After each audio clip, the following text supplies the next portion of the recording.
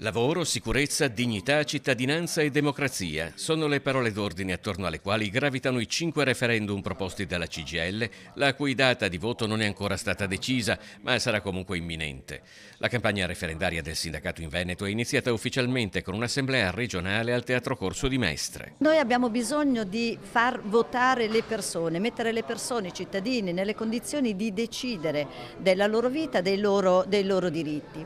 A partire dal diritto al lavoro, a un lavoro che sia stabile, che sia dignitoso, che sia adeguatamente retribuito, che sia sicuro, perché questo è un paese in cui ci sono ancora troppi morti sul lavoro ed è una piaga inaccettabile. A Mestre si ascoltano testimonianze di lavoratrici e lavoratori strettamente legati ai temi del referendum: licenziamenti, appalti e subappalti, sicurezza sul lavoro, diritti di cittadinanza e una caratteristica sempre più tipica dell'occupazione in Veneto: la precarietà. Lo dicono gli ultimi dati anche di Veneto Lavoro, in cui purtroppo aumentano i contratti precari a termine somministrati, c'è molto part-time volontario e quindi abbiamo delle caratteristiche specifiche su cui noi dobbiamo intervenire con i referendum. All'assemblea arriva il saluto del regista veneziano Andrea Segre, che ha recentemente diretto un film su Enrico Berlinguer.